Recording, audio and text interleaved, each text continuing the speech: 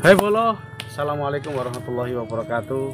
Rahayu, ketemu lagi dengan saya Kang Sanggup dan kameramen saya Cak Pendi. Cak Pendi. Cak Pendi.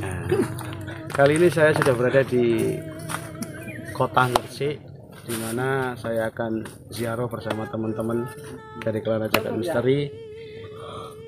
Dan makam yang bakalan saya kunjungi bersama tim yaitu makam Raden Sakti, tepatnya ada di daerah Manyar, kota Gresik. Seperti apa makamnya, kalian pasti penasaran. Ikuti perjalanan ziarah kita. Check it out.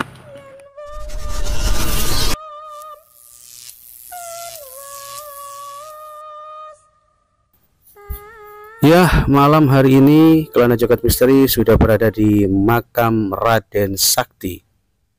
Komplek pemakaman Raden Sakti atau masyarakat Bunga menyebutnya sebagai makam Gunung Pentung. Makam Raden Sakti di Komplek Gunung Pentung memang masih menyimpan misterius keberadaannya. Tetapi menurut legenda dan cerita orang-orang zaman dahulu bahwa Raden Sakti masih keturunan Prabu Siliwangi dari Haryang Kencana. Siapa sangka makam yang pusaranya ada di Jawa Timur, ternyata beliau masih keturunan darah Prabu Siliwangi yang berasal dari Haryang Kencana yang ada di Panjalu, Ciamis, Jawa Barat. Beberapa bukti dokumen dan tinggalan sejarah menyebutkan bahwa nama Raden Sakti ditemukan pada tahun 90-an yang didasarkan tulisan di buku yang ada di pengurus makam Panjalu. Sebelum tahun 90, masyarakat Bunga sekitar hanya mengenal sebagai makam keramat dengan sebutan makam Mbah Pentung. Sebutan makam Mbah Pentung karena letaknya berada di Gunung Pentung. Ada beberapa pemerhati seni dan budayawan Gresik menuturkan dari buku yang pernah dibaca, Raden Sakti memang suka berkelana melakukan perjalanan ke daerah-daerah dan sampailah di wilayah Bunga dalam rangka mencari jati diri.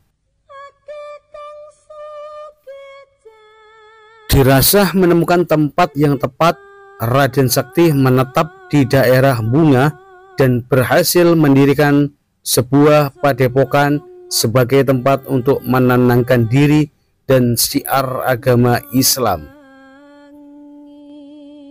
Selain makam Raden Sakti, terdapat juga makam beberapa pengikutnya, di antara makam Mbah Gampang, makam Mbah Mireng, makam Mbah Maryam, dan makam Mbah Singo Rono. Kelima leluhur ini adalah pengikut atau cantrik dari Raden Sakti. Di cungkup utama ini, pusara Raden Sakti bersemayam bersama pengikutnya. Dihiasi teralis yang berwarna kuning dan pusaranya berwarna hijau, membuat makam Raden Sakti terlihat begitu indah. Selain cungkup utama makam Raden Sakti, di sebelah timur juga ada cungkup tempat di mana makam Mbah Cukul, yang menurut informasi juru kunci, beliau adalah sesepuh desa Pandowo Limo yang ada di Kabupaten Lamongan. Di sebelah barat cungkup utama terdapat cungkup Mbah Asiman yang merupakan makam juru kunci pertama dari pemakaman Raden Sakti.